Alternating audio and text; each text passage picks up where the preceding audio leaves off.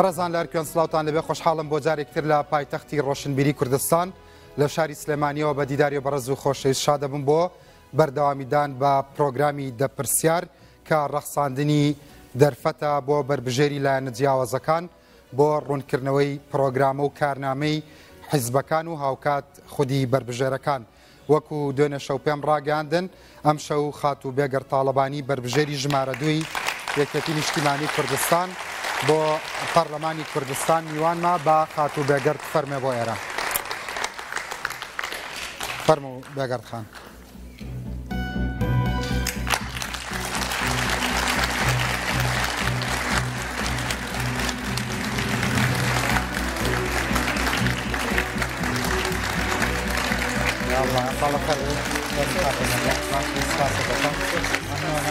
چی بەو گەنجاناڵی ئاوا چەپ لە ڕێزان چی بە بەندەرانی یەکێتی نیشتیمانی کوردستانەوە سەردانەوەاندنم لە ئاستی گەورەی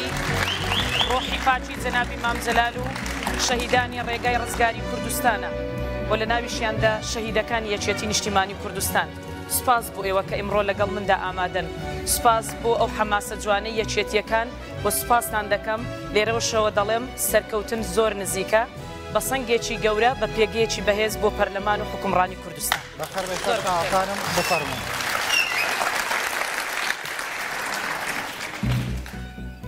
دووبارە بەخێربەی خات و بێگەرد. دیارە بینەرانی بەڕێز خات و بێگەرد بەهۆی ئەوەی کە ئەندامی پارلەمانی کوردستان و هاوکات جێگیری سەرۆکی پارلەمانە دیارە هەمووتان ئاشناین بەڵام سیڤێکی کورتیمان بۆ ئامادە کردوون فەرمونون با زیاتر ئاشنای خات و بێگەرد ببین. بێگەرد دڵشاد ناسراو بە بێگەرد تاڵەبانی بربژێری یەکێتی نیشتیمانی بۆ پەرلەمانی کوردستان. ساڵی 1970 لەدایک بووە. خاوەنی بڕوانامەی بەکالۆریۆسە لە زانستی بایۆلۆجی. لە ساڵی 1992 پەیوەندی کردووە بە یەکێتی نیشتیمانی کوردستان. سەرەتا وەک کادرێک لە خوێندکاران و ژنانی یەکێتی کاری کردووە و ساڵی 2010 بووەتە ئەندامی سەرکردایەتی یەکێتی و دواتر بووەتە لێپرسراوی مەکتەبی چاودێری. مێت دەکەین کە ئەگەر بتوانین متمانەی خەڵکی کوردستان بەدەست بهێنینەوە و بە کورسێکی زۆر ئیشاڵڵا بە سەرکەوتنی یەکێتی نیشتیمانی کوردستان ئەو کاتە هەم ئەرکە تەواو نەکراوەکانمان لەناو پەرلەمانی کوردستان تەواوکەین هەم لە ڕێگەی ئەو دروشمەی کە هەڵمان گرتووە کە بریتە لە ئارامی هەلی کار خزمەت کە ئەمە بۆ خۆی ئەگەر وردی کەیەوە زۆر مانای گەورە دەبەخشێ ومێت دەکەم لە چوارچەوەی بەرنامەی کاری یەکێتی نیشتیمانی کوردستان کە ئێستا پێشکەشی کۆمەڵانی خەڵکی کوردستانی کردووە ئەم بەرنامەیە ئەوەی کە پێویست بێ لە شێوازی یاسا دەربچێنرێت. بێگەرد تاڵەبانی ساڵی 2013 بووە بە ئەندامی پەرلەمانی کوردستان و سەرۆکی فراکسیۆنی یەکێتی بووە تا ساڵی 2017 لە هەمان ساڵ بووەتە سکرتێری پەرلەمان. ڕەنگە زۆرینەی هەواڵەکانی ئەو شایەتی بۆ بدەن کە توانایەکی هەیە لەو کاتانە کە سەرکردایەتی نەبووە توانایەکی سەرکردایەتی باشێ بۆ چەندین ئەزمموی حیزبیشمانەیە بێکەوە کەم هەواڵی ئێمە ئەندامێکی تیمێکی ئاسایی بووە بەڵام کۆشەکانی توانای لێهاتوویەکەی وای کردووە وەکو سەرۆکی تیمەکە کاری کردووە. یەکێک لە کەسایەتیە بەهێزەکانی ناو سەرکردایەتی یەکێتی نیشتیمانی کوردستان و دڵنیام بە شایستەی خۆی گەیشتوێت ئەو ئاستا کە بگاتە سەرکردایەتی یەکێتی ئەوەی من ئاگادارم و بە حکمی خزمەتی بە حکمی هاوڕێتی کە هاوتەمەنی یەکترین تا ڕادەیەک لە منداڵیەوە قۆناغەکانی ژیانی خۆی هەموو پلەکانی ژیانی خۆی بە تەسەسول بە دوای یەکدا بە توانای خۆی هێناوە. بێگەرد تاڵەبانی پێش ئەوەی ببێتە سکرتێری پەرلەمانی کوردستان بڕیاردەری لیژنەی پەروەردە و فێرکردنی باڵا بووە و ئەندام بووە لە لیژنەی کاروباری کۆمەڵایەتی و منداڵ و خێزان. بۆ خولی پێنجەمی پەرلەمانی کوردستان بربژێری ژمارە 3 یەکێتی نیشتیمانی کوردستانە.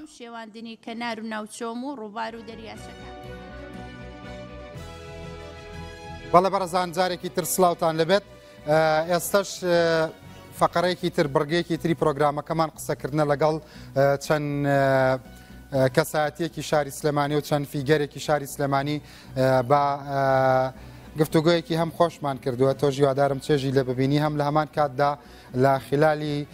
خەمە کۆمیدیەکانی خۆیانەوە چاوەڕوانیەکانیان لە پەرلەمانی کوردستان هاوکات خەمەکانی شاری سلێمانیش تۆزە ئاماژەی پێەکەن فەرمونون بینەرانی بەڕاست. سلام علیکم. سلام بەخێر دێ سەرچاو داراژ لێرە چۆنیدارە باشی مەمنونم ئەرێ وەکو ئێستا علاقەی باران و بە فروشتنی علاقەی انتخاباتی شنیە بەخوا کەمتر لەگەڵ هەروەکو سیاسیەک لە 2014 دانیشتون علاقەی لە یەکی حەوت کە انتخابم کرد وتم لەمە دو شێردارە ناتوانێت لێدوان با لەسەر بەفر و باران لەسەر کەش و هەوا بەس وەکو شارەزە ببارێونە باری هەقنی علاقەم پێوەینی علاقەی ئەڵێ علاقەم پێوەینە نازان بەڵام لە ڕاستی علاقەی بەخوا علاقەکەی وەکو هەرتیایەتی هەرتیایەتی بەس پێشووتر خەتا ئەمیشی تۆزەتیا بووە ئەوەشتی خۆمانە ئەوەشتی خۆمانە قەینا کاکدارەوە لێ خۆش بووین ڕاست دەرچوو بێ خراپ دەرچوو بێ قەینا گوێ ناین ئەوەی کۆن تازە ڕۆی کۆن ڕۆی برادران لێرە ناوبازارە لێ بایکۆتیەکەینە بێتەوە سەری شەکر داوا دەکەینەوە شکەوتی تۆ ڕۆژی بوومە لەرزە بێبارانی گەرمایەکی زۆر جەناب بتوانی بێتەوە شکەی وتم خۆی سەکاندیدیش نییە مەسەڵەن هەموو بەفر و بارانەکەی پێشووی کردەوە بەی خۆی کەواتە ڕخنەی چی لە کاندید بگرین کەم هەموو وعدادا ڕاستە مستەوای لێ هاتووە بەداخەوە کاکە داراجیان شتەکان وای لێ هاتووە ئەوە نەوترا و وتراوەتەوە پێزی نەماوە سواوە من حەزمە کرد کاکە ڕەنجیان ئەم بارودۆخە بە شێوەیە بواە کە قسەکانمان دڵی عالەمی خۆش کردان نازانم ئێستا بڵین چی لەکوێوە باسی بکەین لەکوێ کۆتایی پێبێن بۆ نمونە ئێستا من بە سوعبەت لەگەڵتانە دەستم پێ کرد بەڵام زۆر جاریش بە سوعبەتیش مەسەلەن خۆ ئێوە ئەوەی کە بە سوعبەتتانەوە هەمووی داخ و جەخاری دڵ بوو لە بەرنامەی بەرنامەوانە هەمیشە وایە خۆ فریمەسکەکانی چارلی چاپن چی بوو زووخاو نەبوو بەرەوەڵاتە چی چاوەڕێەکەی لە پەرلەمانی ئەم جارە ئەم گەنجە تازە خوێن گەرمانە ئەچن بۆ ئەوەی هەڵەکانی ڕابردوو دووبارە نەکەنەوە و ببێ بە دەرز ئەوەی کە لە ڕابردووە گلانەکان ببێ بە دەرز چیڵی وەک پیاوێکی دنیادیدا ئەوەی کە ڕاستی بێ وانەکانی ڕابردوو ئەبێ بەوانەی ئێستا و داهاتوو ئایا ئەو وانانەی ڕابردوو چیان بە ئێمە چیان بۆ کردین کەسانی بە ئاست و خاوەن بڕوانامە هەمووی لە پەرلەمان نبوو بەس چەند دەستیان ڕۆژ چەند چیان کرد چەند چاوەڕوانی باشە هەر کەسێک ئێستا ئەو شاگردەی تۆ کە لە دواوە عەمبەیە چاکە ئەتوانێت دەورێک بگێڕە لەم دوکانە بێگومان ناتوانێت هەموو کەسێ ئەوەی دەستی چەکوشێ بگری ئەتوانێت بزمارێک بە باشیدا باشە پێ دوایە مەسەلەن هەر ئیتر ئەمە بڵین نەخێر لە پەرلەمان کەس ناتوانێت ئیش بکە ئەم قسەی ڕاستیتی ئایان نەخێر چەندین قەزیە هەیە خۆ سیاسی نییە بڕۆ دەرمان چاکە بڕۆ بازار چاکە ژینگە چاکە ژینگە چاکە ئاوەدانی دروستکە ئەو شانەی کە بۆشتی لاوەکی بەکاریە با بۆ ئاوەدانکردنەوە و ڕزامەندی خەڵک بەکار ئێستا خەمە سەرەکیەکەی ژیان لە ناو پەرلەمانی ئێمە کاڵ نەبۆتەوە خەمە لاوەکیەکان زەقکراوەتەوە یعنی شتە لاوەکیەکان هین نەکراوە ئێستا منەزان هەموو حکوومەتێک کە ئەڵێن باوکی میلەتە ئەم باوکە چەندە مشوری ئەولایەکانی خۆی خوا ئایا ئەم خەڵکە بریتە بەس لە حیزبیەکان بەس لە ئەندام پەرلەمانەکان خەڵکی وا سادە و ساکار هەیە لەم بازارڕاکە خۆی بە خوێنەواریش نازانێشتی وا ئەڵێ هیچ فەی لە سوفێ نایگێت دەرێک بە لەزەر کاندید بە مستەواترە ڕێزم هەیە ئەوەنەی بۆ پلەپارەکە هەوڵێریە ئەوەنە بۆ خزمەتەکە هەوڵ مایرێ چێژیان لە پێشوو دیوە بەو نەوعات چونکە وەکو پێویست کار نەکراوە باشە بۆ تۆزە خۆتۆ شاگردەکان الحەمدوللا لێرن بە پیاسەتا لای کاک ئیسماعیل فاڵەوان بچین بزانین لە دوکانە بۆ ناچین ئەگەر لەوێ نەبوو بەدەم قسەوەینەوە هەر ئەچین ئەی بەعام بازار چۆنە وەزعەم هەڵبژاردنە کاریگەری لە بازار کردووە بێگومان خەڵک یا بە باش خەڵک لە دڵاوڕێ دڵە ڕاوچەیەکی بەردەوامایە کاکە ڕەنجیان ئەی باشە کاندید و شت شەخدارە مەسەڵەن لە کاتی انتخاباتە زۆریان بینم لە بازار کە دەرەچەنی تر تەرکەکەن وڵایەتر هەر بۆ 4 ساڵەکەی لە دوایە تەقاوتیان کەن خۆشە دێمە ئەم دیوە بە نیسبەت پرسیارەکەی بەڕێستەوە کە لە سەرەتاوە داخلی گفتوگۆ بوون ئەڵێ ئەلمازی يصنع المستقبل ئەبێ سوود لە ڕابردوومان ببینی ڕابردوو داهاتوو دروستە ئەلماز بەڵێ بەڵام ئێمە ئەمەمان پیادە نەکردووە ئەمە خودی چوارەمی پەرلەمانە پەرلەمان یعنی عقل الشعب ئەبێ ئەخری ئەم شعبە کۆکەیتەوە لە ناو پەرلەمانە حکوومەت و ئیدارەی وڵات بەڕێبەڕێ بەڵام بەداخێکی گرانەوە ئێمە ئەمەمان پیادا نەکردووە ئەمەمان پیادا نەکردووە کە ئەخری شعبەکە ئەبێ نوێنەری جوتیاران کاسبکاران مامۆستایان فەرمانبەران لە ناو ئەم پەرلەمانە بن بەداخێکی گرانەوە سە کۆمنتی خۆشخۆش لە ناو فەیسبووکە ئابینم ئەڵێ پەرلەمان وەکو قاعەیەک وایە توانی چی ژنی تیابێنی چونکە مەلایتیایە مەحامیتیایە بێژەریتیایە هەموو شتێک یعنی بە تعلیقاتەوە خوا تۆ لە دوکانەکەی خۆتە شاگردێ بە کەڵک نەیە هەڵە بژێری نەخێر نەخێر ڕێی کاسبکارێکی ژوەرگری وە کاسبکار ئەگەر دڵگەر من بۆم هەڵبژاردن شتا وەڵاهی نەوەڵاو نەشاتەمانە کادارە ژێم بەخێر تێی نەشاتەکەتان زیاتر بوو وەڵاهی نەشاتەکە و کاتە باش و متمانە هەبێ لە بینی هاوڵاتی و حکومەتە ئەو متماتنەیە نەماوە ینی خەڵک باوەکە شتێکی دڵخۆشکەر نییە زۆر شتێکی دڵخۆشکەر زۆر باشە شەڵاردڵتان خۆشە جۆن کاکرند ئەم کاندیدە بەڕێزانەی ئێستا هەر هەمووی باسی چاکردنی موچە چاکردنی شەیدان چاکردنی ئەمە کەسێک نییە بێت لەسەر شتێکی کە جیاوازە کاسەمە ژینگە کێشەی ئاو لەسەر پەروەردەی خێزانی ئێمەی کۆمەلگای شەرقی و ئێمەش بەشێکی لەو شەرقیە پەروەردەمان نییە لە پەروەردە لە ڕووی سیاسی لە ڕووی ئابووری لە ڕووی کۆمەڵایەتی لە ڕووی تەندروستی لە ڕووی ژینگەی نیمان ئاغا تۆ چوویتە تا ئەوروپا وڵاتان وانە تۆ جێگەڕاوم بەڵێ گەڕاوی وانە خوا سەیری ئەم سەیری ئەمە یەکێکی تێکەوێ ئەمە یەکێکی تێکە ئەمە سیمای شارەکەی ئێمەیە وایە ئەمە بتەوێ خزمەت کە توانی لە شتە بچووکەکانەوە دەستێ ئاغا بەس یەک تۆس خەیاڵە بڕوا بیست سەرسمەیی ئێمەمانانیش بە قسە خۆشەکە بێنین وەک سیاری کۆنمان لێ هاتووە لایەکمان چاکەین سێلامان خراپە بێت جا پیر و پەکەوتەکان کەون ئەوێ هەرچی حەماڵە بەدەمەوێەوە هەرچی حەماڵە بەدەمەوە چاڵەوە ناڵێنێ مناڵێکم پێ بڵێ لەم بازاڕەیە کێ عەربانێکی بەدەستێ ئاویت پێەیە ئێوە بڕاتە خوارە بە بۆ خەریب بۆ میوانی بەرنامەکەمی تێکەوە خەریب و عومەری کەریم ئاغای تێ بکەوە وانە ئەمە ئەم چاڵە لەم چاڵانە لە دەرونی ئێمە زۆر دروست بوو بەهۆی ئەم هەموو چاڵەوە بەڵام ئێمە ناتوانین لە پەرلەمانی وڵاتەکەمانە ئەم خەمانی خەڵک بکەین بە قەزیا مەرحەبا باشی باشە مەمنونم خۆشحاڵم ئەم چاڵانە چاڵەکانی کەشمان بیرەکاتەوە ئەو چاڵانەی تریش ئەوەیە کە چاڵ بۆ یەکتری هەڵەکەنین ئەو چاڵان یعنی چاڵی جوێرە جوێرمان بۆی هەڵکەنراوە هێشتا خۆمان ئەویان وەهمی ئەمیان حەقیقی ئەوەش هەیە کاکە ئاغا باسی چاڵە کرد ئێستا سەکەم حیزبانە هەر خەریکی چاڵ هەڵکەندنن تا ئێستا ناڵن میلەتەکەی سراحەتکە بەداخەوە خەریکی چاڵ هەڵکردنن ئەگەر چاڵەکان پڕ کرایەتەوە هەڵبەتە کێشەمان نام هەموو ئەو چاڵانەی کە خۆ دەیزانی و باسمان کرد ئێمە باشە میلەتێکی قوربەسەر و داماوین ئەو 50 میلیۆنی نەکیانمان هەیە نە وڵاتێکمان هەیە نە ئەترافمان پێکراوە خۆشمان احتراف بە خۆمان نەکەین ناومانە نێن چیکە لە دنیا فرەحیزبی بووە بە خێر و بەرەکەت لێرە بووە بە لەتکردنی میلەت بەڵێ بۆ بە نەهامەتی بۆ بە قوربەسەری هەژاری نەداری ماڵوێرانی زۆر تۆ هەر سەیری گەنجەکانمان هەموو خاوەن بڕوانامەن قوربەسەرانە زانکۆیان تەواو کردووە پەیمانگایان تەواو کردووە نە هەلی کاریان بۆ ڕەخساوە نەدا ئەمەزرێن تووشی لادان ئەبن خۆ بە خۆ دەزانی کاکە ڕەنجیان ئەم دنیای ئاوان نییە خەڵک بۆیە ئەخوێنێ بۆ ئەوەی دابمەزرێ ئەی من هەر هەز بەوە بکەم و دەست لە خەڵکی کەپان بکەمەوە خۆم ناو ئەنێم چی هەلی کار نەڕەخساوە نە بۆ کۆمپانیا ئەهلیەکان ئەی بەس ئێستا هەنێکیان دروشمیان ئەوەی هەلی کار دروستەکەی ئاخر ئێستا ئەیکەن پێش ئەوەی بچنە کارەکەەوە کە چوونە کارەکەەوە ئایا ئەو قسانەی کە ئێلێن بۆمانەکەن باشە بە عمری خۆ لە دوای ڕاپەڕین چەنێ لەم قسە و وعد و وعودانە و بیستەوە هیچیش لەو وەختەوەی کە بەرنامەی کەشکۆڵمان کردووە ئەفم کە کاردارە لە وەختی بەرنامەی کەشکۆڵمان کردووە تا بەرنامەی بەرنامەش ئەو ڕخنانەی کە گرتومانە ئەوەتە خۆتان نێزان خۆتان وەڵامی خۆتانمانەوە ئایا کراوە شەخدارا تۆ چیڵی وەڵاهی بەڵێن زۆر دراوە من بەڵێنم ما بە جەناب بێم بۆ ئەم چاوپێکەوتە بڵێ لە پێشەوە بڵێم ئایا نە بەڵام ئەم بەڵێنانە کە ئەدرێ وەهمین تطبیق ناکرێن بواری جێبەجێکردنی زەحمەتە مشت ئەمێ شتێک بڵێم لەسەر ئیشی پەرلەمان من 2007 مرەشەح بووم بۆ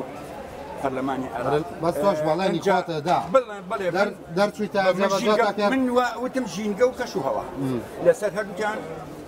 شاری سلێمانی جیاواز لە شارەکانی یعنی لە سلێمانی بەسەبەتەوە یان و شەخدارا و تۆتی بارانی شەبارێنم بەسەبەتەوە یان بەڵێ قسەی سوحبەتی خۆمە بەڵام ئەوەی کە ژینگە من کردومە بۆی کاکە سوحبەتی شەکا جاروبارەوەی سلێمانی یەکەم شارە کە جیاوازی لەسەر جەم شارەکانی تر لە ڕوود و پۆشکردنی سەوزاییەوە تەکلیفم کرد لە حکومەت بۆی جێبەجێ یەک جاریشێکی حکومەت جێبەجێ کرا حملەی 5,000 نەمامیەکە ئەم باران چەند تەکلیف کرد لە بەلەدەی سلێمانی و جێبەجێیان نەکرد ئەنجومەنی وەزیران بە تەدریجی لە بەلەدیەوە بۆ وەزارەتی شارەوانی بۆ ئەنجومەنی وەزیران لەگەڵ پەرلەمانە قسەم کرد بەرنامەی ژینگەی بخرێتە بواری جێبەجێکردنەوە کێشەی ئاو مەقالەم نووسیوە لەسەر ئاو کێشەکان گرنگی ئاو لە ژیانی ڕۆژانەی مرۆڤە لە ژیانی ڕۆژانەی مرۆڤە نەهات کارەبا 2005 کۆمپانیای ئەگمێز ئیشێکرد بۆ مەتارها بۆمان پرۆتۆکۆل پرۆپۆزەلیان تەقدیم کرا موشەکرا بە 6 مان کارەبای سلێمانی 24 ساعت بۆ 25 ساڵ بۆ نەیەخسە بواری جێبەجێکردن کێشەی کە باسی ژینگەت لەگەڵ پەرلەمانە کرد مەوزوع بوو بەلایەنەوە مەوزوع بوو هەندێک بوون و بەڵام نەچوو بواری جێبەجێ یاسای ژمارە 8 ژینگەی هەرێمی کوردستان بە واژەی سەرۆکی هەرێمی ئەوەختا و چەند بەداخەوە کردیان وەزارەتی کردیانەوە بە دەستەی ژینگە ڕەکیزەی ژیانی مرۆڤ هەموو ڕقیبە بەسەر کارەکانی حکومەت باش ئێمە ڕۆژانە بەڵام بەداخێکی گرانەوە کاکسمایلجان چۆنی ئەحواڵی جەنابێ مرحبا کاک اسماعیل کاک اسماعیل پاڵەوان اسماعیل من ناسی اسماعیل پاڵەوان ڕەن سەنگارم باشی وەزڵت چۆنە بە دوای پاڵەوانێک کاگەڕان وەڵا ئێمە گوتمان هەرو پاڵەوانەمانێ وەڵاوتم چی بکەین ئاغاگیان ئەبەیەکێکی قسەزان وتی وەڵا ئێمە خۆ چی دوێت خۆ پێی بڵێ وەڵاوتمان هەر سمایل پاڵەوان هەیە قسەشی خۆشە ڕفتاری جوانە کاسبکارێکی جێی متمانەیە هەموو شتێکە تاریخێکە بۆ شارەکەمان باش ئەم ئاڵات و شتانەی ئەم ئەسڵە ئەوەی تۆ هەمووی لە شوێنێکەوەیت ئیتر ئەسڵەکەی ئەەکەیتە سەر ئینسانەکان ئەگەر ئینسانەکان ئەسڵ ئەمەی کاکسمایل پاڵەوان باشەکەن وانە وەڵا ئەوانی کەش هەر باشن کاگرن ئەوانی کەش هەر سەرچاوەکەی ئێمە ئەتوانین هەنێ لەم وشکانێکی ئەوەی فرۆشن بەرهەمی خۆمانمان هەبێ ئێستا باڵەیەکە ژیانمان زۆرە یعنی بەشی پێویستمان هەیە لە بازار لەسەر ئەوە مەسی حە ساڵە خەریکی ژینگە بەستە بە تەمای سروشتم ئەمە چ کاریگەری ئەو چ کاریگەریە کوردستان پێی ئەوترێ دەرمانخانەی خوا ئەمە جاترەیە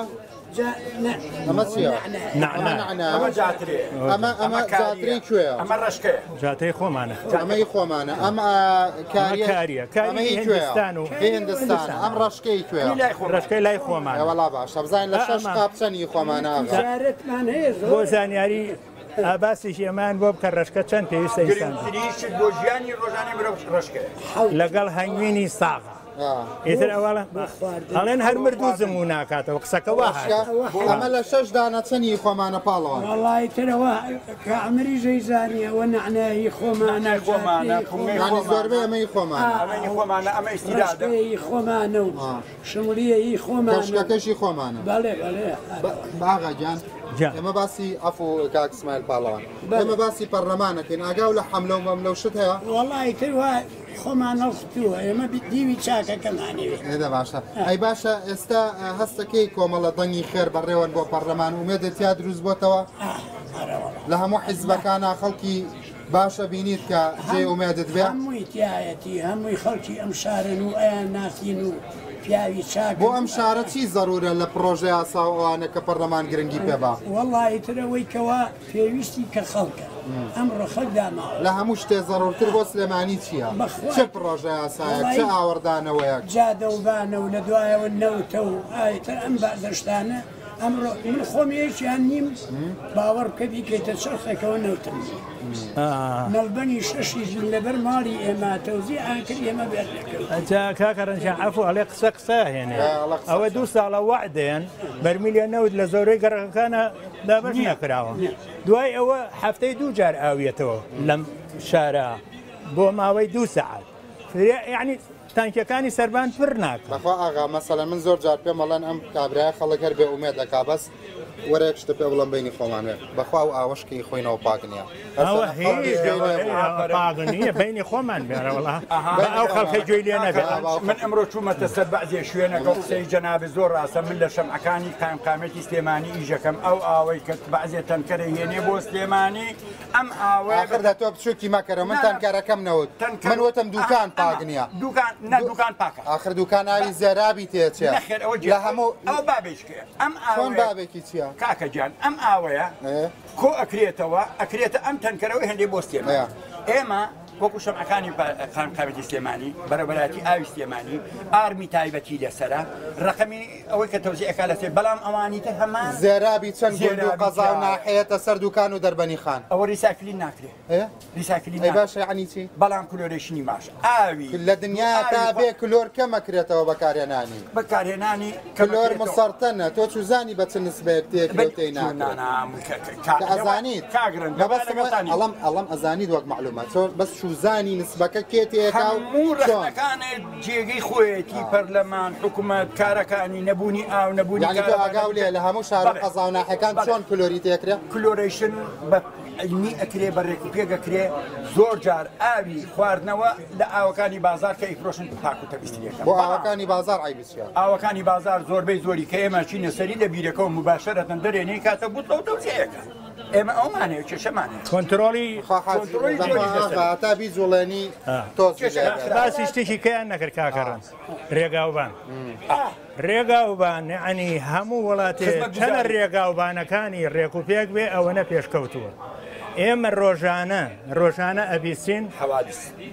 ڕووداوەکان ڕوئەیە هەمووی دڵتەزێنە لە برینانکردن خۆشی خستە بۆ نمونە ئەوە شاری سلێمانی باشە کاکەجان ئەوە 2 ساڵە 3 ساڵ ئەڵێن سۆیمەتریەکە دروستەکردی ئێمە جارێ بەردەرکی سەرای سلێمانی ئەمە ڕوون نایە کەسێک غەریبە بێ بێن پیشانی بم باشە تخوا لە دەرەوەی انتخابات ئەوە هەولێر خەری 120 تەواو کرد خەریکی 150 ئێمە نەمانەتوانی دروستیکەین دەستی گرتوین ئەمانتوانی بەڵام ئایا بۆ نەمان کرد ئەمە پرسیارە کاکەڕانجیان باشە پاڵەوان نەکۆتاییە یەک دێر بڵی بە پەرلەمانتاران چیاڵێ وڵی منەڵم ئەم کۆڵانانەی کە هەمانە بۆمان خێکتاوکەن ئەو پارچە پەرچانەوە فەریکە ئەمە خەمی تۆیە ئەوەی کە چی ئەبێ بە ڕئیس جمهور و کێ جێگری سەرۆک کۆمار و سەرۆکی پەرلەمان وەرەگریان ئەم خەمانەی خەڵکە وڵی ئەمانە زەروریە من ئەوەتی فامم کردوێتەوە هەروان دی لە دوای شەڕەکەیەتە سەرەوەی پۆستیش فلان بۆ کێ پۆستی فلان بەرکێکەوە نیە بەڵێ بڵێ ئاغایەک ڕستە بڵێ چێڵێ وەڵام منەڵم ئەف شەڕە پۆستە واز لێ بێنن با پاڵتۆ کۆنەکان وەلاوەنیان پاڵتۆی تازە بێ گۆگۆل خۆ دەزانی باشترین پاڵتۆکەی گۆگۆل باشترین دلیلە و باشترین نمونەیە کە بە نظامی رووسی و دوتی ئیتر ئێوە بەسە کۆن بوون بە نظامێکی تازە دروست بکەین زۆر هیوادارم لە یەکتری قوبولکەین نظامێکی تازە ڕستە بڵێ چیاڵێ واللهی ئەڵێم بەسە ئەیبە یەکەم دەوڵەتی کوردی کە دروست و ناوی هەخامەنشی بوو لەسەر ئەم ئەدە دوای مرۆڤایەتی بەداخێکی گران و سەر کە دەوڵەتمانیە کوردە صاحبی 80 ملیۆن نفوسین تاسیشمانیە لەسەر کێشە و ململانیە باشە قسەیەکەیەکتری ئەمە کێشەیە ئەبێ یەکگرتووبی دوژمنەکانمان کە چاویان لەسەرمانە وازیان لێبێنین هەنگاوێکمان لە فلان پایتەخت بێ هەنگاوێکمان لە دەست خۆش شێخداراجان ئەم کێشانە بۆ لاوەنین یەکگرتوون نەبین میلەتەکە زیاتر بە قوراکە بە تایبەتی چینی گەنجان کەەوە بەرپرسانی ئێستا لە سەرۆکایەتی لە حیزبەکانان گەنج بوون پێگەیون دامی گەنج بکەین سەرکەوتن بەدەزێن لە پێشە کەڕاویانە ناین و ماڵوێرانە بووین شوێنێکە بۆ ڕووی تێکەین ئێستا گەر ماڵوێرانی ڕووکەی نەچوە بەڵە بەڕزان جارێکی تر سلااوان لەبێ دیارە ئەو گفتوگۆیە پێم وایە بۆ بەرنامەی هەموو حیزبەکان ئەگەر بیانێت گوێ لە خەڵک بگرن ئەتوانن سوود لەو خەمانی خەڵک ببینن چونکە لە نەتیجەدا ئەگەر سیاست لە سادەترین پێناسەیدا هوەری ئیدارەدانا یا ئیدارەکردنی کۆمەڵگایە پێم وایە هیچ شتێک لەوە گرنگتر نییە بۆ ئیداریەکان بۆ پەرلەمانتارەکان بۆ حکوومەتکە لە خەمەکانی خەڵک گوێ بگرن پاش ناوبڕێک دەسەکەم بە گفتوگۆکەم لەگەڵ خات و بێگەر تاڵبانی بەربژێری ژمارە دوی یەکێتی نیشتیمانی کوردستان بۆ پەرلەمانی کوردستان هاوکات ئەندامی سەرکردایەتی یەکێتی نیشتیمانی کوردستانیشە پاش ناوبڕێک ئەگەڕینەوە چاوەڕۆمان.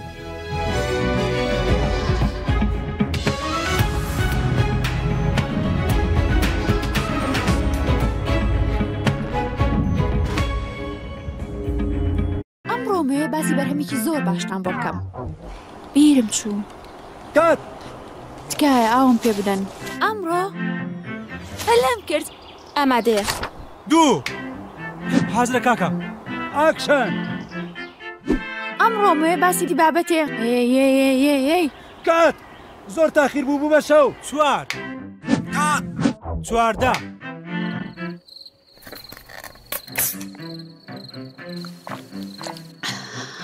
واو دێلاڤیێ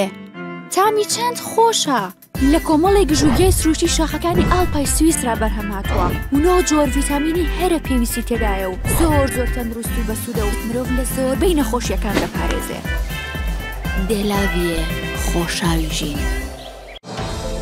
زانکۆی ستراتفۆردی ئەمریکی لە پاش وەرگرتنی مۆڵەتی یاسایی لە حکوومەتی هەرێمی کوردستان لەقی خۆی لە هەولێر دەکاتەوە. ئەم زانکۆیە 8 دقی لە ئەمریکا هەیە و خاوەنی دەدان پێدانانی ئەمریکی و جیهانیە و سەرجەم سیستمی خوێندن منهەج و کامپێسی ئەلکترۆنی بڕوانامەکانی لە ئەمریکاوە دێن. ئەم زانکۆیە ئەم ساڵ 2 سکوڵ بە چەندین بەشەوە دەکاتەوە. سکوڵی بزنس و بزنسی نێودەوڵەتی بەمبەشانەوە، ژمێریاری و دارایی، سەرچاوە مرۆیەکان، بەڕێوەبردننی کار، بەڕێوەبردننی گاز و نەوت. سکوڵی ئەندازیاری کۆمپیوتەر بەمبەشانەوە، ئەندازیاری پرۆگرامەکانی مۆبایل و وێب، سایبەر سیکیۆریتی، تێلیکۆمینیکیشن، نێتوۆرک، داتابیس، سۆفتوێر. هەروەها ئینستیتوتی زمانی ئینگلیزی کردوتەوە کە 6 ئاستی هەیە و قوتابیان ئامادە ئەکات بۆ خوێندنی ئەکادمی و بزنس، گفتوگۆ یان تاقیکردنەوەی ئایلتس و تۆفڵ. زانکۆی ستراتفۆردی ئەمریکی لە هەولێر. لە پێناو دادپەروەری و خۆشگوزەرانی دەنگ بدەن بە لیستی سەردەم ژمارە 127.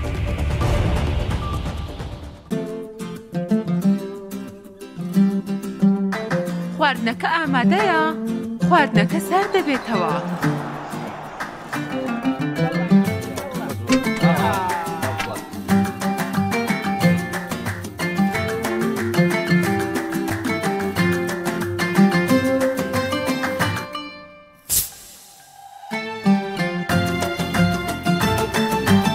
سێدانە قەپاقی ڕەنگزیڕین کۆبکەرەوە وە کۆکاکۆلایەکی لیتر و 75 بە دیاری وەرگرە. ئەم هەینیە بە یەکەوە.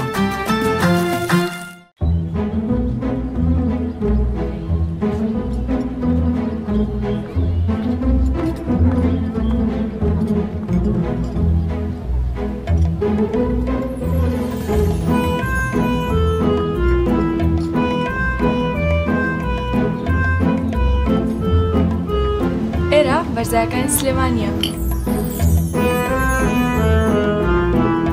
بەرزایەکانی سلێمانی هێمای شارستانی و ژیان.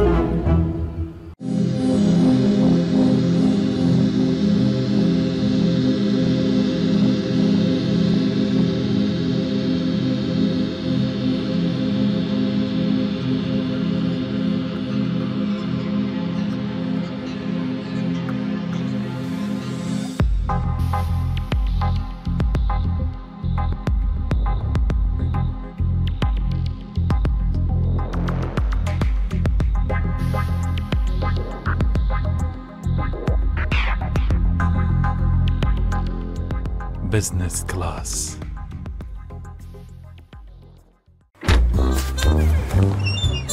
بەخێبی مامەگیان فەرمۆ.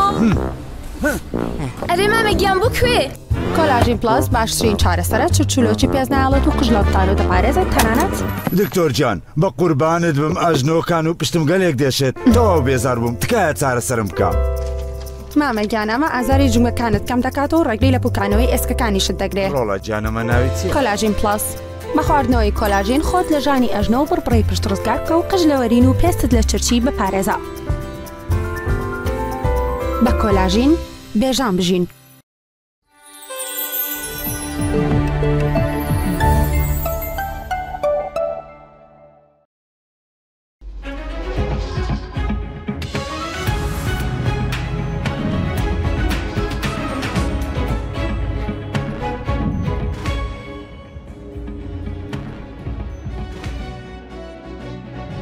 بەڵێ بەڕێزان جارێکی تر سلااوتان لەبێت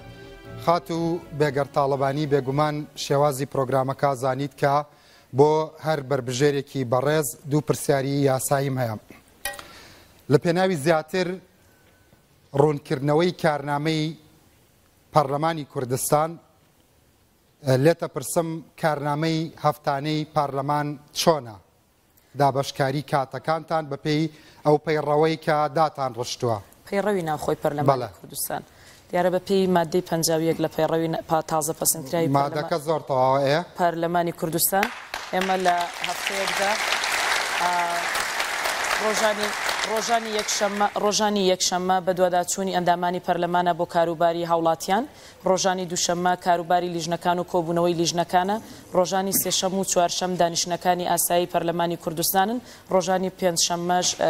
گفتوگۆکردنی حکوومەتە بەپێی پێویست زۆر تەواوە سەرجەمی وەڵامەکانت تەواوە بەڵام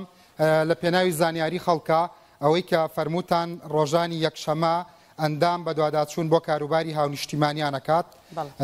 یعنی میکانیزمەکەی چۆنە لە نووسنگەکان ئێمە نووسنگەمان هەیە لە زۆربەی شارۆچکەکانی کوردستان ئەندامانی پەرلەمان لە ناوچەکانی خۆیان ڕۆژانی یەکشەممە لەم نووسنگانە پێشوازی لە خەڵک دەکەن داواکاریەکانیان کۆ دەکەنەوە دەیهێنن ناو پەرلەمان بەپێی اختصاساتی لیجانەکان و دوای ئەوەی کە دەدرێتە لیژنەکان و بە دوواداچوونی لەسەر دەکرێەوە بەشێکیشی لەوانەیە ئەو پرۆژەیە سایانە بن کە لەلایەن ڕێکخراوەکانی کۆمەڵگەی مەدەنییان گروپێکەوە ئاراستەی پەرلەمانتاران دەکرێت و دەدرێتە سەرۆکایەتی پەرلەمان. خۆش سەبارەت بە عێراق ئێوە بەهۆی کارتان لە بەڕێوەبردننی کاروبارەکانی پەرلەمانی هەرێمی کوردستاندا بێگومان شارەزاییتان لە مافەکانی گەلی کوردستان لە دەستوری عێراقدا هەیە بۆیە لێتە پرسم مادەی 105 دەستوری عێراق میکانیزمێکی دیاری کردووە بۆ پاراستنی مافی هەرێم و پارێزگا ناڕێکخراوەکان لە چوارچێوەی هیچ هەرێمێکە ئەو میکانیزمە چییە و بۆ چییە؟ لە مادەی 105 دەستوردا دەڵێ دەستەیەکی گشتی دروست دەکرێت بۆ پارێزگاکانی کە ڕێک نەخراون لە چوارچێوەی هەرێمێکدا یاخود هەرێمێک کە لە چوارچێوەی دەوڵەتی عێراقی فیدراڵە بۆ دەستەبەری مافەکانیان لە ڕووی بڵێن ناردنە دەورەوەی وفود بۆ دەرەوەی عێراق و دەستەبەری مافەکانیان لە زەمالات و هەروەها ئەمە پێویستی بە قانونێکە کە دەبێت لە ناو پەرلەماندا ڕێک بخرێ و ئەم مادەیە بۆ دەستەبەری مافی وەڵامەکەت زۆر تەواو خات و دەگەر تاڵەبانی بابێنە سەر کارنامەی خۆت و دیارە جەماوەڕەکەش زۆریان پێخۆشەکە ماشەڵڵا وەڵامی پرسیارەکان بابێنە سەر کارنامەی خۆت ئێستا کە ئەچیتە ناو خەڵک و بانگەشاکەی چه بەڵێنێکە دەی ئەو بەڵێنانەی ئێستایان دەی چه جیاوازیەکیان هەیە لەو بەڵێنانەی کە 4 ساڵ لەمەوبەر بە خەڵکت داون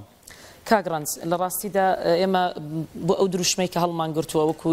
لیستی 105 یەکێتی نیشتیمانی کوردستان بریتە لە بۆ ئارامی هەلی کار بۆ خزمەت ئەمە بەڵێنەکانی ئێمە لە 4 ساڵی ڕابردوو بەداخەوە هەرێمی کوردستان دووچاری ململانەیەکی سەختی سیاسی بوو و ئەم سراع و ململانەی سیاسیە بە تایبەتی دەتوانم بڵێم سنووری پارێزگای سلێمانی هەڵەبجە هەردوو ئیدارەی گەرمیان و ڕاپەڕینی گرتەوە و بەگشتی خەڵکی کوردستانی دووچاری دۆخێکی نەئارام کرد و ئەمە تەسیراتی هەبوو لەسەر سەقامگیری سیاسی سەقامگیری کۆمەڵایەتی تەنانەت سەقامگیری ئابووری و ئەمە بەشێک بوو لە ئەو هۆکارانەی کە بەشێک لەو کۆمپانیانەی تەنانەت کە لە سنووری پارێزگای سلێمانی کاریان دەکرد سەحبی کارەکانی خۆیان کرد و ڕۆیشتونەتەوە ناو پایتەختیان شارەکانی تری هەرێمی کوردستان و ئەمە شوای کردووە کە ینی سەرڕای وەستانی کاری ئەو کۆمپانیانەی کە لە کەرتی تایبەتدا بوون ینی ڕێژەیەکی بەرچاو لە هەلی کار لە دەستی ئەم ناوچەیە ڕۆیشتووە و بەگشتیش لە هەرێمی کوردستاندا خۆتان دەزانن ئێمە گلەی و گازندەیەکی زۆر لەسەر حکوومەتی هەرێمی کوردستان هەیە و تەنانەت ئەم گلەی و گازندانە زۆر جار ڕۆبەڕووی پەرلەمانی کوردستانیش کراوەتەوە کە ڕێژەیەکی بەرچاو لە گەنج کە لە زانکۆ پەیمانگاکان تەخەڕوت دەکا و خەڵکێکی زۆر لە بەهۆی قەیرانی داراییەوە لە هەرێمی کوردستان بێکار بوون بۆیە پەیامی ئێمە بۆ ئەوە بووە کە ئێمە ئەگەر ئارامیمان گەڕاندەوە ئەو کاتە دەتوانین دوای گەڕانەوەی ئارامی سەقامگیری سیاسی و کۆمەڵایەتی و ئابووری بگەڕێنینەوە و هەلی کاریش دەستەبەر بکەین بۆ خەڵک لەو منتەڵەقەشەوە هەمووستن بە خزمەتگوزاریشتی دەستەبەری بکەین. بەڵێ لەسەر سلۆگانەکەتان ئەمەوێ دوو پرسیارت لێ بکەم لەم هەڵبژاردنەدا وەکو خۆت فەرمووت زۆر جەخت لەسەر ڕەخساندنی هەلی کارەکەن و بەشێکە لە دروشمی سەرەکیەوە خەڵکانێک ئەڵێن بۆچی لە کاتی بانگەشەدا بەڵەندان بۆ دۆزینەوەی هەلی کار وە ئاسان بۆ و هەلی کار وا بە ئاسانی دەدۆزرێتەوە ئەی بۆ لە کاتەکانی دیکە دانیە کاگڕنج تۆ زانی هەموو حزبێکی سیاسی کە بەرنمەیەک پێشکەشی خەڵکی کوردستان دەکا ئەم بەرنمەیە پێویستە بەشێک لە بەرنمەکەی پێویستە تیمەکەی لە حکوومەت ئەگەر چۆنا حکوومەتەوە جێبەجێکە بەشێکی پێویستی بەوەیە کە بەشێک لەو بەرنمەیە بە قانون لە ناو پەرلەمانی کوردستاندا بکات بە یاسا ینی پرۆژەی بۆ پێشکەشکە بیکاتە یاسا خۆشت دەزانی دەرچواندنی یاسا ئاسان نییە تۆ کە حزبێکی سیاسی دوای ئەوەی کە بەرنمەکەت پێشکەشی خەڵک دەکەی و متمانەی خەڵک وەردەگری ڕێژەی کورسیەکانت لە ناو پەرلەمانی کوردستاندا تحکوم بە جێبەجێکردنی بەرنمەکەت دەکات و پارتی قەت نەقسی نیسابیان نەبووە ئێمە خۆ دەزانی بە تایبەتی ئەم خوڵەی پەرلەمانی کوردستان دەکرێت بڵێم لە نێوان هەموو فراکسیۆنەکانی پەرلەماندا هیچ جۆرە تەنسیقێکی ئەوتۆ نەبووە کە دەستەبەری ئەم ڕێژە قانونیە بکات چونکە عادەتەن سیراع و ململانە سیاسیەکان لە دەرەوەی پەرلەمان ڕنگدانەوەی لەسەر کاری فراکسیۆنەکانە بووە بەڵام ئەو قانونانەی کە زیاتر ڕەهەندی سیاسیان هەبووە مشتومڕی زۆر لەسەر دروست بووە من باسی ئەم پرسانەکەم کە ڕەهەندی ئینسانی هەیە ئەمە مەسەڵەن کەس هەبووە دژی هەلی کار بێ نەخێر کاگڕنج من دەمێ ئەوە بڵێم ینی زۆر جار ینی سیراع و ململانە سیاسیەکان بەگشتی کە لە دەرەوە دروست بوون ڕنگدانەوە لەسەر فراکسیۆنەکان بە شێوازێک بووە کە جاری وا هەبووە پرۆژە یاسایەک لە بەرژەوەندی خەڵک بووە پەیوەندیدار بووە بە ژیان و گوزەرانی خەڵک بەڵام بۆ ئەوەی نەبێتە دەستکەوتی فراکسیۆنێکی دیاری کراو دژایەتی کراوە یان لە دەستەی سەرۆکایەتی پەرلەمان لەوانەیە زۆر جار پەکی بەشێک لەو پرۆژانە خراپێ خوێندنەوەی یەکەمی بۆ کراوە بەڵام لە لیژانەکان ئیشکالاتی لە بەردەمدا دروست کراوە مەسەڵەن من خۆم وەکو میدیاکارێک شایدیم کە ڕاستی تێدا بەڵام ئەمە دەردی کوشندەی ئەو میلەتە نییە مەسەڵەن ئەو قانونەش کە پەیوەندی بە ژیانی خەڵکەوە لەبەرەوەی کە فراکسیۆنەکان حساسیتیان بەیەکەیە لەوێ پەکی بکەوە ڕەنگە چەندین پرۆژە لەوێ پەکی کەوتبێ بەتەکید من هەر لەم خولەی پەرلەمان بۆ زانیاری جەنابتان 206 پرۆژە یاسا پێشکەش کراوە لە ناو ئەو 206 پرۆژە یاسایە 33 یاسا دەرچێنراوە ئەگەر سەیریکەی ڕێژەیەکی زۆر کەمە لە چاو ئەوەی کە بەشێکی خەتای حزبەکەی تۆشی تێداوانە هەموو فراکسیۆنە جیاوازەکان من ئەوەی کاگڕنج من کەسێکم زۆر واقعیم و بە سەراحەتەوە قسە دەکەم فراکسیۆنی یەکێتی نیشتیمانی کوردستان 18 کورسی پەرلەمانی هەبووە ئێمە وەکو فراکسیۆنی یەکێتی جوهدی خۆمانمان کردووە بەڵام وەکو وتم سیراع و ململانە سیاسیەکان تەسیراتی هەیە لەسەر کاری فراکسیۆن هەمووتان کوشتتان بەرەکەوێ لەوەی کە ئەم حساسیەتە بووە بەهۆی ئەوەی کە تأثیری هەبێ لەسەر تێنەپەڕینی پرۆژە یاسا زۆر پێویستەکان کاگڕنج من ناکرێ ئێستا لێرەوە بەشان و باڵی فراکسیۆنەکەی خۆم هەڵا بڵێم چونکە لە 33 یاساکەی پەرلەمانی کوردستان یانزەیان هی فراکسیۆنی یەکێتی نیشتیمانی کوردستانن کە دەکاتە یەک لەسەر سێ چونکە ئەو پرۆژانەی کە ئێمە پێشکەشمان کردووە ئەو پرۆژانەی کە ئێمە پێشکەشمان کردووە بەڕاستی پرۆژەیەک نەبوون کە ململانەی سیاسی تێدا دروست بکە بەڵکو ئەو پرۆژانە بوونە کە ڕاستەوخۆ پەیوەندیدار بوون بە مەسەلەی باشە دەبا من شتێکت پێ بڵێم فراکسیۆنەکانی دیکە بە ئاشکرا و لە ژێرەوەڵێن یەکێتی نەیهێژ لە پێناو نەبڕینی موچەی خانەنشین کراوە حیزبیە نامستەحەقەکان گەورەترین و گرنگترین پرۆژەی چاکسازی حکوومەت لە پەرلەمان تێپەڕێت کە 100 ملیار دیناری ئەگەڕایە بۆ حکوومەت وایە کرد پاشەکەوتی موچە نەمێنێت لە کاتێکا ئێوە ئێستا لە بانگەشەکەتانە هەمان قساکەن و بەڵێنی نێشتنی پاشەکەوتی موچە دەدەن زۆر پێم خۆش بۆ ئەو پرسیارەت کرد ئەم پرۆژە یاسایە پرۆژەی چاکسازیە کە تیمی یەکێتی لە حکوومەتی هەرێمی کوردستان ئامادەی کردووە کە هاتۆتە سەرۆکایەتی پەرلەمانی کوردستان من وەک خۆم و فراکسیۆنەکەمان جوهدێکی گەورەمان کردووە تاوەکو لە ناو پەرلەمانی کوردستان پەسەند بکرێ و ئەم پرۆژە یاسایە بوو بە یاسا بەداخەوە بەهۆی مزایدەی سیاسی لە ناو پەرلەمان و زەرمەندبوونی ئەو کەسانەی کە لە دەرەوەی پەرلەمان بەشێک لە واقعە ئێوە ئەگەر بگەڕێنەوە بۆ من بەرنامەم لە ناو پەرلەمانە لەسەر کردووە ئەوەی ئەیزانم لەسەری بە خەڵکی دەڵێم ئەگەر دەفەت بدەی بۆی قسەکەم تەواوکەم لە ناو هۆڵی پەرلەمان مزایدە کراوە لە ناو خودی پەرلەمان مؤسسەی پەرلەمان مزایدە کراوە لەو کەسانەش مزایدە کراوە کە لە دەرەوە زەرمەند دەبوون من تاکە کەس بووم لە سەرۆکایەتی پەرلەمانی کوردستان لە بەردەمی هەموو فراکسیۆنەکانی پەرلەمان کە ڕێگریم کرد لە جێڕانەوەی ئەم پرۆژە یاسایە بۆ ناو پەرلەمانی کوردستان چونکە دڵنیا بووم بە گەڕانەوەی جارێکی تر پەسەند ناکرێتەوە تاکە کەس بووم بەڵام زۆرینە لەگەڵ ئەوەدا بوو کە بگەڕێتەوە و لە دەستەی سەرۆکایەتی من و کاک جعفەر بەیەکەوە کاک جعفەریش لەگەڵ گەڕانەوەی بوو من باسی وەشم کردوتم تکا دەکەم بانەی گەڕێنینەوە پەسەندکردنی لە بەرژەوەندی گشتی خەڵکی کوردستانە من دژی گەڕانەوەیم بەڵام بەڕاستی ینی من لە ناو کۆمەڵێک فراکسیۆنی جیاوازدا بەتەنها لەوانەی خۆتان دەزانن لە ناو پەرلەمان زۆرینە حکوم دەکا ئەجینا من لەگەڵ گەڕانەوەی نەبووم چونکە پێم وابوو ئەوە لە بەرژەوەندی گشتی خەڵکی کوردستانە و گەورەترین جوهدی من لە ناو لیژنەی یاسایی و لیژنە پەیوەندیدارەکان بۆ ئەو بوو دووبارە ئەم یاسایە دەرچێنرێتەوە بەڵام من پێم وایە بە پێچەوانەوە زۆر باشە سەبارەت بە بانگەشەکەتان بڕیارتان دابوو بەهێمنی بانگەشە بکەن ئێستاش لە سلۆگانەکە دیسان جەختت لێ کردەوە بەڵام پارتی خۆداگات لێ گلەیی لێتان هەیە بە تایبەت لەسەر و قسانەی لەلایەن سەرۆکی لیستەکەتان لە پێنجۆن و کۆی و هەولێر کران پێتان وایە ئەگەر گوتاری پارتی لە بەرامبەر یەکێتی تون ببێ زیاتر دەنگ دێنن یان نەتانەوێ هاوپەیمانەتیەکەتان بگۆڕن دوای هەڵبژاردن. کاگڕنج من دەمەوێت لێرە و خەڵکی گشتی ینی خەڵکی کوردستان بە گشتی ئەو ڕاستیە بزانن ئێمە وتاری سەرۆکی لیستەکەمان هیچ توندێکی تێدا نیە باسکردنە لە واقعەیە کە ئەمڕۆ لە هەرێمی کوردستاندا دەگوزارێت خۆتان دەزانن خەڵکی یەکێتی بە تایبەتی لە سنووری پارێزگای هەولێر بادینان و سنووری سۆران و باڵەکایەتی و بەگشتی هەست بە مەغدوریەتێک دەکا بەشێکی ینی عیلاقی بەوە هەیە کە پێگەی یەکێتی نیشتیمانی کوردستان لە ناو پەرلەمانی کوردستان کە ئێستا هێزی سێمە و لە دەسەڵات و حکومڕانی ئەم کوردستانەدا دەکرێت بڵێم بەشێکی کەمی دەسەڵاتی بڵێن حکوومەتی لە بەردەستە بۆ مانایی کە بەشێک لە وەزارەتە سیادیەکان لە لای پارتی دیموکراتی کوردستانن ئێمە ئەو خیتابەمان بۆ ئەوەیە کە دەبێت سنگ بۆ پێگە و دەسەڵاتی یەکێتی نیشتیمانی کوردستان لە ناو پەرلەمان بەڵام پارتی دیموکراتی کوردستانیش بە هەمان شێوە لەو ناوچانەی کە ئێوە زۆرینەن هاو نیشتیمانیان هەمان گلەیان هەیە لەم شارەی کە پایتەختی ڕۆشنبیری و ئێستا تۆ لە ناو هەڵی ڕۆشنبیریەکەی دای خۆتەزانی خەڵکێک هەیە گلەیان لە شارەوانی شارەکەمان هەیە کە تەنانەت لە پێدانی زەویە لە ئیمتیازات تا بێبەشیان کردوون لەبەر پارتی بوونیان. کاگڕنج من پێم وایە هەموو خەڵکی کوردستان شایەدی ئەوە بۆ یەکێتی نیشتیمانی کوردستان دەدا یەکێتی حزبێکە کە کۆکەرەوەی دەنگ و ڕەنگە جیاوازەکانە مافی هەموو باوەڕی بە پاراستنی مافی هەمووانیش هەیە بەبێ جیاوازی بەڵام ئێمە ئەو مەغدوریەتی خەڵکی خۆمان لە ناوچەکانی تر دەزانین ئەو بۆ مانایە نایە کە ئێمە بمانەوێت لە خیتابماندا ئارامی بانگەشەی هەڵبژاردن تێکدەین بە پێچەوانەوە ئێمە دەمانەوێت لە بادینانەوە تاوەکو دەگاتە گەرمیان بەبێ جیاوازی مافی یەکێتیەکان و هەموو لایەنە سیاسیەکانی تر دەستەبەر ببێت ئامادەی گوێ لە مەغروریەتی پارتیەکانی سلێمانی بگری و بیکەی بە راپۆرتێ لە چ جومگەیەکی حکومڕانیە غەدریان لێ کراوە لە ماف و ئیمتیازات بۆیان بگەڕیتەوە چونکە تۆ سبەی نەبی بە دەنگ و ڕەنگی هەموو لایەنەکان بەبێت جیاوازی یەکێتی لە مێژووی خۆیدا قوربانی زۆر گەورەی داوە جەنابی مام جەلال زۆر جار قوربانی بە حزبەکەی داوە لە پێناوی یەکڕیزی لە پێناوی پاراستنی مافی هەمووان یەکێتی لەسەر ئەم چەمکە کار دەکا کە جەنابی مام جەلال بۆی داڕشتوین قسەی ئێمە لەم خیتابی ئێمە لەم بانگەشەیەدا بۆ ئەوەیە دەبێت ئێمە یەک حکوومەتی یەکگرتومان هەبێ نابێت بەناو حکوومەتێکی یەکگرتومان هەبێ بەڵام لە نێوانماندا زۆنێک هەبێ کە پێی بوترێت زۆنی سەوز و زۆنی زەرد دەبێت ئەم حکوومەتە ئەگەر فەرمانگەیەکی یەکەی ئیداری لە بادینان سەرۆکی شارەوانیەکە پارتی بوو دەبێت جێگەی لایەنەکانی زۆنێکی هەمەڕەنگە بە خۆشحاڵیەوە ئەمە بەشێکە لەو دیموکراسیەتی کە یەکێتی نیشتیمانی کوردستان باوەڕی پێیەتی قسە ئەوەیە ئەگەر فەرمانبەرێک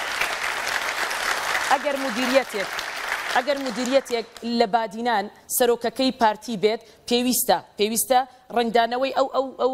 بڵێن شێوازی کارکردنی کە لە سنووری پارێزگای سلێمانی هەیە بە پێی ئیستحقاقی ئینتیخابی لەسەر ئاستی هەرێمی کوردستان کاری پێ بکرێت وەڵامی پرسیارەکەم تۆ سبەی نەبی بە ئەبێ یعنی نەکتەوە ئەبێ پارتیەک کە دەرەچێ ببێ بە نوێنەری یەکێتەکانی شەکێتیەک کە دەرەچێت بێ بە نوێنەری پارتیەکان و بۆ گۆڕان و بۆ نەوەی نوێ و بۆ هەرەمووی بۆ هاوپەیمانی و ئەو بەشەی کەماوەتەوە باشە سبەینێ ئامادەی مەسەلەن راپۆرتێک ئامادە بکەی لەسەر مەغروریەتی و ببوورە مەغدوریەتی خەڵکی پارتی ئەگەر لە ماف و ئیمتیازات بێبەش کرابێت لە شاری سلێمانی من پێم وایە شانازی دەکەم بۆ خۆم لە ناو پەرلەمانی کوردستان قەت ڕۆژێک لە ڕۆژان جیاوازیم نەکردووە لە بینی هیچ پەرلەمانتارێکی یەکێتی پارتی یاخود هاوڵاتیەکی یەکێتی بێ پارتی بێت گۆڕان بێ هەر لایەن ئەمە بەعمەلی سەلماندوومە کاگڕنج بە عەمەلی سەلماندوومە من وەک خۆم وەکو ئەمە سیاسەتی حزبەکەم بووە خەڵک هەبووە لە ناو پەرلەمانی کوردستان غەدری لێکراوە من پارێزەری بوومە لەبەرەوەی کە یەکێتی خۆی بە پارێزەری هەموو دەنگ و ڕەنگە جیاوازەکان وەڵامەکەت چییە ئامادەیت بەتەکید ئێمە پارێزەری هەموو دەنگ و زۆر باشە سەبارەت بەو فەرمایشتەی خوا لێ خۆشبوو جەنابی مام جەلال کە وتت زۆر جار قوربانی داوە پارتیەکانیش بە هەمان شێوە ئەڵێن ئێمە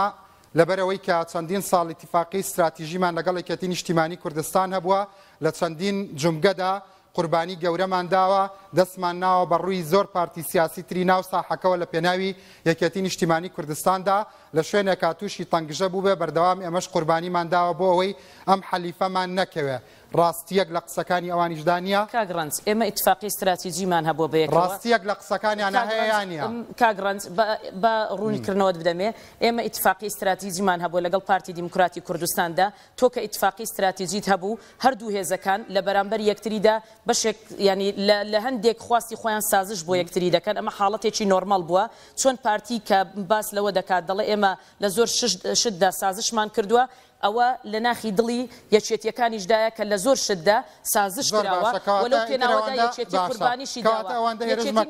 کوردستان بەرئەنجامی اتفاقی استراتیجی کە خەڵکی خۆی سزایدا وهێنایە سەر هەژدە زۆر باشە زۆر باشە بەڵام هەمووشی هەر ئەوە نەبوو شتی تریش هەبوو سەبارەت بە دکتۆر بەرهەم ساڵح خۆتەزانی گەڕایەوە ناو یەکێتی بەڵام هاوپەیمانی مایەوە و ئەمڕۆ کۆنفرانسی ڕۆژنامەوانیان کرد بەو شێوەیە ئێوە دڵنیان یان زۆربەی دەنگەکانیان کە یا بەشێکی کە 130,000 دەنگ بوو بۆ ئێوەی یەکێتی دەگەڕێنەوە دەنگەکانیان خۆ دەزانی پێکاتەی ئەم حزبە جیاوازی زۆری تێدایە ینی بە هەمویان خەڵکی یەکێتی نەبوونە لە ناو پێکاتە و لە ناو قیادەی حزبەکەشدا کاک بەرهەم هاتوۆتەوە ناو یەکێتی نیشتیمانی کوردستان بەڵێ نووسراوێکی فەرمیناردا ناو کۆبنەوەی سەرکردایەتی ئەم نووسراوە لە کۆبنەوەی سەرکردایەتی پەسەند کرا چونکە دەرگای یەکێتی بۆ هەموو ئەوانە واڵایە کە ئەسپی خۆیان لە دەرەوەی یەکێتی تاودا بەڵام دەرکەوت بەبێ یەکێتی ناتوانن هیچ لە واقعی حاڵی ئەمڕۆی کوردستان بگۆڕدرێ بۆیە من دڵنیام لە هێزی تریشدا دەرگای یەکێتی هەر ماڵە گەورەکەی بۆ هەمووان بەڵام مردنی ئەو کەسانەی کە لەگەڵ کاک بەرهەمن لە قیادەی ئەم پرسیاری کاک بەرهەم ساڵحم کرد باسی ئەوەت کرد ئەوانەی لە دەرەوەی یەکێتی بەڵێ کاک بەرهەم کە هەسپی خۆیان تاوداوە سەرکەوتوو نەبوون ناچار گەڕاونەتەوە سەبارەت بە گەڕانەوەی کاک بەرهەم ساڵح چۆن تعریفی یەکەیت کاک بەرهەم پرۆسەسی گەڕانەوەکە کاک بەرهەم پێشووتر جێگری سکرتێری گشتی یەکێتی نیشتیمانی کوردستان بووە بۆ ماوەیەکی کەم دیارە خۆی باوەڕی وا بووە کە لە دەرەوەی یەکێتی بتوانێ حزبێک دروستکە و پەیامی سیاسی خۆی هەبێ بەڵام لە ئێستادا کە واقعی سیاسی هەرێمی کوردستانی بۆ دەرکەوت و سەنگ و پێگەی یەکێتی نیشتیمانی کوردستان دەبینێ بڕیار دەدا بێتەوە ناو یەکێتی نیشتیمانی کوردستان ئێمە ژووک و یەکێتیەکان پێشوازی لە هەموو هەواڵە دیێرینەکانی خۆمان دەکەین بەخێر بێنەوە و دەرگای یەکێتی نیشتیمانی کوردستان بۆ هەموو ئەوانە ژواڵایە کە ئێستا لە دەرەوەی سەبارەت بە هاوپەیمانی مامەڵەتان چۆنە بێ لەگەڵ ئەوانی شار لە محاوەلاکەن بگەڕێنەوە بەگشتی دیارە هاوپەیمانی وەکو وتم پێکاتەکەیان جیاوازە دەرگای یەکێتی واڵایە بۆ ئەو هێزانی کە دەزانن یەکێتیە دەتوانێت گۆڕانکاری گەورە لە ساحەزبێکتەعاملیان لەگەڵاکەن وەک ئەندامی سەرکرداتی لە ئێمە وەفدمان چۆتە لایەنەوە بە فەرمیت تەعاملمان لەگەڵدا زۆر باشە گۆڕان ئەڵێن یەکێتی جوڵانەوەی نەوەی نوێی دروست کردووە و پاری داونەتێ بۆ دژایەتیکردنی گۆڕان ئێوە بۆچی نەوەی نوێ بە باشتر دەبینن بۆ خۆتان تا گۆڕان ئێمە جوڵانەوەی نەوەی نوێمان دروست کردبێ خۆ تازە بیستوتە پێشووتر بەڵێ بیستومە بەڵام ئەمە من بەڕاستی تعجوب دەکەم کە ئەو قسەیە بوترێ من بەسەر سوورمانەوە ئەم قسەیە وەردەگرم برادرانی گۆڕان بەداخەوە بۆ خۆیان دەزانن واقعی حاڵی خۆیان چۆنە ئەوان بە دروشمی زۆر گەورە هاتنە ئەوان بە دروشمی زۆر گەورە بانگەشەی زۆر گەورە هاتنە ناو حکومڕانی ئەم کوردستانە وەکو بەدیلی یەکێتی نیشتیمانی کوردستان لە حکوومەتی هەرێمی کوردستان خۆیان ڕاگەیان و کۆمەڵێک شتیان کرد چ لە ناو پەرلەمانی کوردستان چ لە حکوومەتی هەرێمی کوردستاندا کە جگە لەوەی کە بەرژەوەندی گشتی خەڵکی کوردستانی تێدا نەبوو بەڵام هەم دروشمەکانیان هەم ئەو هەنگاوانەی کە نایان وای کردووە ئێستا جۆرێک لە بێموتمانەی لە نێوان خەڵکو لە نێوان بزوتنەوەی گۆڕانیش دروست بووە لە خیتابیاندا لە دروشم و بەڵێنە گەورەکانیاندا بۆیە من پێم وایەنەوەی نوێ دروستکراوی یەکێتی نیشتیمانی کوردستان نییە بەڵام ئەمە بزوتنەوەیەکە ئەم جوڵانەوەیەکە دروست بووە ئایندە دەری دەخات ئەمە دروستکراوی کوێیە من لە ئێستا قسە لەسەر هیچ بزوتنەوەی گۆڕانیش لەبەری خۆیان لێرە نین لەبەری من خۆتەزانی هەمووتانە دوێنم شەوانە نەک ڕۆژانە دووبارە بێتەوە ئەوانی شەڵەن بەڕاستی تووشی تەعەجوب بووین وەکو علامەتی تەعەجوبەکەی تۆ کاتێک کە سلۆگانەکانی یەکێتیە بینین یەکێ نەزانێ پێشووتر حزبی فەتح و بۆ نمونە حەماسی فەڵەستینی هەلیکاری نەیەشتۆ و ئارامی ئەم وڵاتەی تێکداوە ئەی چەند ساڵە لە دوای ڕاپەڕینەوە ئێوە حکومەکەن بۆ ئەمانەتان نەکرد من پێم وایە هەموو خەڵکی کوردستان ئەو واقعە زۆر باش دەزانێ کاتێک کە یەکێتی نیشتیمانی کوردستان 50% دەسەڵاتی حکومڕانی هەرێمی کوردستانی لەسەر بوو ئەمن و ئاسایش و ئارامی و ئیستقرار لە هەموو لایەنەکانەوە چۆن بووە ئەمە واقعەتی حاشا هەڵمەگرە کاتێک ئارامی خەڵک تێکچوو کە کۆمەڵێک هێزی سیاسی حاڵەتێکی طبیعیە تۆ ئۆپۆزیسیۆن بی بەڵام ئۆپۆزیسیۆنێکی ینی ئۆپۆزیسیۆنێک بی کە لە بەرژەوەندی گشتی من کاک ڕەنج بۆ خۆم نامەوێ هێرش بکەمە سەر هیچ هێزێکی سیاسی بەڵام دەمەوێت بەڵێ بە واقعی دیارە ئەو ئارامیەی کە لە هەرێمی کوردستان هەبوو بەداخەوە بە تایبەتی پارێزگای سلێمانی هەڵەبجە ئیدارەی گەرمیان و ڕاپەڕین تەنها ئەو ناوەندە بوو بە نێوەندی ململانەیەکی سیراعی سیاسی زۆر گەورە کە ینی هەموو شیرازە کۆمەڵایەتیەکان و تەنانەت پەیوەندی بەوە نییە ئێوە کورسیتان سەنگتان دەنگتان هەرچەند بێ هەرتانەوە مەسەڵەن حاکمی مطلق خۆتان بن ئێمە بە فەرمی سەلماندمان و بە عملی سەلماندمان فەرم و یەکە ئیداریەکانی سنووری پارێزگای سلێمانی دەستکردنی دەسەڵات لەلایەن یەکێتی نیشتیمانی کوردستانەوە جوانترین نمونە ئەوەی کە تۆ پێڵی دەسا و دەستکردنی دەسەڵات بزوتنەوەی گۆڕان ناوی ناوە قۆڕخکردنی دەسەڵات و ئەوەی کە لە هەولێر ئەڵەنەڵەن بە تۆپزی واتە بە زۆری بە ئیستحقاقی خۆیان کورسیان هێنا کە ئەنجومەنی پارێزگا بڵین محافزەکەی ئەوان بێ تەقسیمی دووتان کرد لەگەڵان یەکێتیکەوتنیان لەگەڵ یەکێتی نیشتیمانی کوردستان یەکێتی ڕاپرسیەکات و مەکتەبی تایبەتی هەڵبژاردننی هەیە بە سەراحەت لەو باوەڕەدان ئەم جارە چەند کورسی لە پەرلەمانی کوردستان دێن خاتو بێگە من ناتوانم لە ئێستادا ینی قسە لەسەر عادەت بکەم بەڵام من وەکو خۆم وەکو شخصی خۆم ئەوەی کە دەیبینم لەو جم و جۆڵ و لەو گەرم و گوڕی خەڵکی کوردستان لەو واقعی کە خەڵکی کوردستان دەیخوێنێتەوە لە سەروی 25 کورسی یەکێتی نیشتیمانی کوردستان دەیهێن گۆڕان بەپێی قسەکانیان دواپرسیارمە دڵنیایە کە وەک دووجاری ڕابردووی هەڵبژاردننی پەرلەمانی کوردستان لە دوای پارتی دیموکراتی کوردستان پلەی دووەمە هێنێت و یەکێتی سێمە بێت ئێوە بۆچی لەوە دڵنیان کە ئەم جارە نەخێر یەکێتی دووەمە بێت من پێم وایە یەکێتی نیشتیمانی کوردستان لە ماوەی 4 ساڵی ڕابردوو سەلماندی کە هێزێک بووە ڕازگۆ بووە لەگەڵ خەڵکی خۆی و ئەوەی کە وتوویەتی دروشمی گەورە و باقوبریقی بە خەڵک نەداوە و لە هەمان کاتیشدا متمانەی خەڵک وایە ئارامی و گەورەی کوردستان بەشێتی دەپارێزرێت زۆر سپاس خاتو بێگەر تاڵەبانی کاندیدی ژمارە 2 یەکێتی نیشتیمانی کوردستان ئێوەش بەخێر بن بنەرانی بەڕێز تا سبەی شەو لە هەڵەبجە بە دیدارتان شاد دەبمەوە کاتێکی خۆش فەرموو بەخێر بن